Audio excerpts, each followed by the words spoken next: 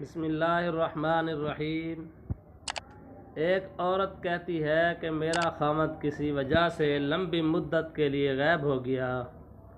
اس وقت میں ایک کم عمر بچی کی ماں بھی تھی، جبکہ میرا ضعیف العمر باپ بھی ہمارے ساتھ ہی رہتا تھا۔ ہماری غربت اور مفلسی اپنی انتہا کو تھی اور اکثر اوقات ہمارے گھر میں کھانے کے لیے کچھ نہیں ہوتا تھا۔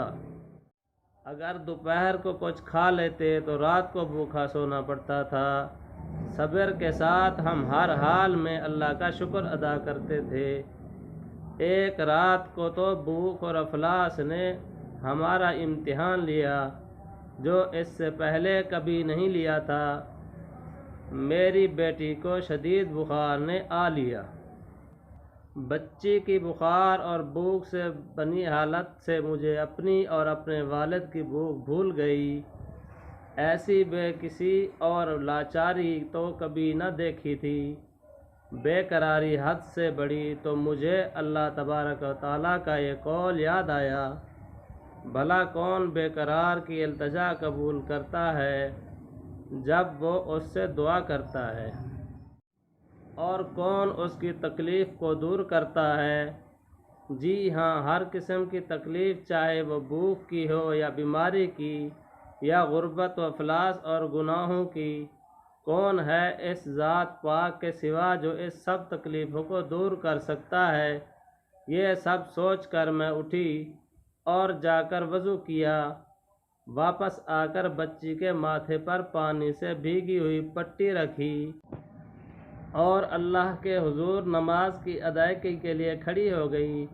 مختصر سی نماز پڑھنے کے بعد ہاتھ اٹھا کر بچی کے لیے دعا کی، اس کے ماتھے سے پٹی اتار کر دوبارہ پانی سے بھگو کر رکھی اور ایک بار پھر نماز کے لیے کھڑی ہو گئی۔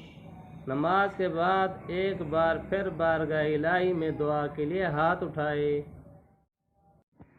دعا سے فراغت پر پانی کی پٹی تبدیل کی اور دوبارہ نماز کے لیے کھڑی ہو گئی، اور یہ عمل میں نے کئی بار کیا۔ جب میں یہ سب کچھ بار بار دہرا رہی تھی تو کسی نے دروازہ کھٹکھٹایا۔ اس حیرت کے ساتھ، بھلا رات کے اس پہر کون ہو سکتا ہے؟ میرے والد نے پوچھا، کون؟ اور جواب آیا کہ میں ڈاکٹر ہوں۔ میں اور میرا والد، ہم دونوں ایک دوسرے کو حیرت سے دیکھ رہے تھے کہ اس کو کس نے بلایا ہے۔ میرے والد نے جا کر دروازہ کھولا۔ ڈاکٹر نے آتے ہی پوچھا کہ مریضہ کدھر ہے، اور ہم نے سادگی سے بچی کی طرف اشارہ کر دیا۔ ڈاکٹر نے بچی کو چیک کیا، کاغذ پر ایک نسخہ لکھ کر میرے ہاتھ میں تھماتے ہوئے بولا، لائیے میری فیس دیجیے اور میں چلتا ہوں۔ میں نے ایسٹری سے جواب دیا، ڈاکٹر صاحب، ہمارے پاس تو آپ کو دینے کے لیے فیس کے پیسے نہیں ہیں، بلکہ ہمارے پاس تو کچھ بھی نہیں ہے۔ میرا یہ جواب سنتے ہی ڈاکٹر بھلا اٹھا اور غصے سے تقریباً دھاڑتے ہوئے بولا کہ اگر فیس دینے کے پیسے نہیں تھے تو مجھے آدھی رات کو فون کر کے کیوں بلایا تھا؟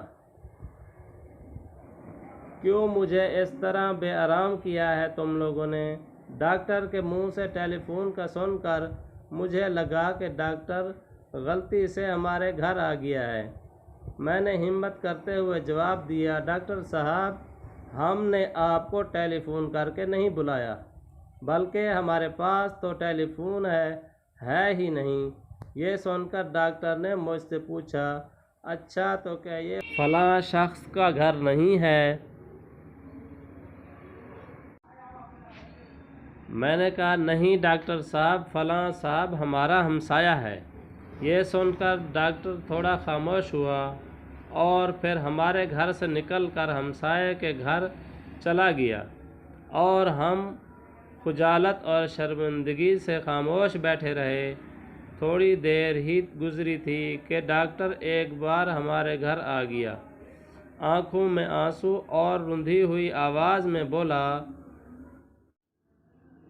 اللہ کی قسم، تمہارے گھر سے اس وقت تک نہیں جاؤں گا جب تک تمہارا پورا قصہ نہیں سن لوں گا، اور میں نے ڈاکٹر کو پورا قصہ سنا ڈالا کہ کس طرح میں بچی کے ماتھے پر پانی کی پٹیاں رکھ رہی تھی اور اللہ کے حضور دعا بھی مانگ رہی تھی۔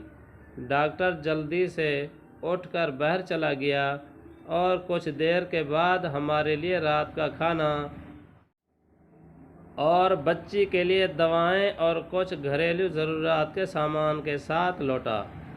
ساتھ ہی اس نے بھی بتایا کہ اس کی طرف سے ہر مہینے ایک تنخواہ ہمیں اس وقت تک ملتی رہے گی جب تک اللہ چاہے گا۔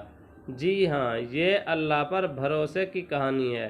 صرف یاد دہانی کے لیے اللہ تبارک و تعالیٰ کی ذات پر اس سے بھی بڑے بھروسے کی کہانی سنیے کہ جب سیدنا موسیٰ علیہ السلام اپنے تعاقب میں آنے والے دشمنوں سے خوفزدہ جان بچاتے ہوئے اہل مدین کی طرف پہنچے اور کنویں پر کھڑی 2 لڑکیوں کے ریوڑ کو پانی پلا چکے تو انہوں نے کوئی معاوضہ طلب نہیں کیا تھا، حالانکہ اس وقت وہ بھوک سے بے حال تھے۔